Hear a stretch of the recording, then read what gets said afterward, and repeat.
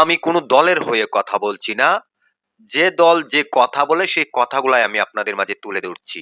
নির্বাচনের পর আওয়ামী লীগ বিএনপি নাকি এক হয়ে যাবে। এটা আমার কথা নয়, স্ক্রিনে যাকে দেখছেন উনার কথা।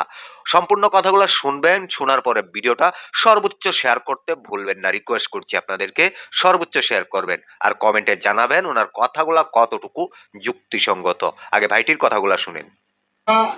দাস সম্প্রদায়, তোরা আওয়ামী লীগ করিস, যাই করিস, এখন আওয়ামী লীগ বিএনপির কোনো ভেদাভেদ নেই। এখন আওয়ামী লীগের বিএনপি এক হয়ে গেছে, বুঝতে পেরেছিস?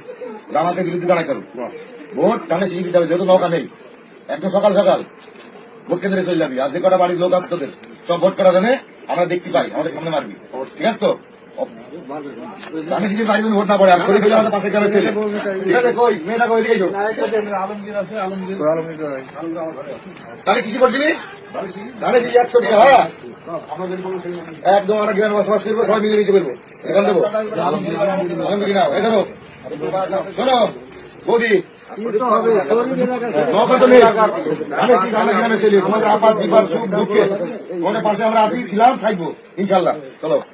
এখন তোরা হিন্দু সম্প্রদায়, ভোট দিতিস নৌকায়, এখন নৌকা আওয়ামী লীগ সব মিলেমিশে কথা হয়ে গেছে।